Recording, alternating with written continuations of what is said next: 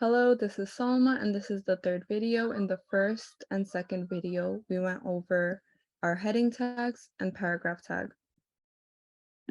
And we created a hyperlink, so we should check if that works.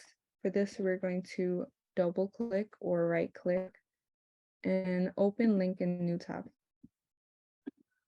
So this brings me to the article, which is perfect. And we can move on to adding an image to our website. So to do this, I'm going to go to the United Nations posters because they have graphics to choose from, and it says, download your favorite poster and share it widely to get the word out. So they give us permission to use these images. Not all images on the internet give you permission, so make sure the image that you use, you have permission to use. So I'm going to use this image over here. I'm going to right click, copy image address, and I'm going to go back to my code.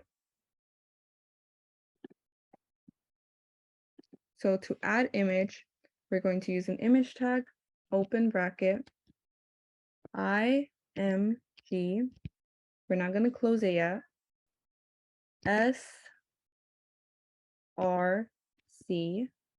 equal quote. And in this quote, we're going to add in the link that we just copied. So paste the link, and after that, we're going to close the bracket. Okay, so as you can see, we have the image.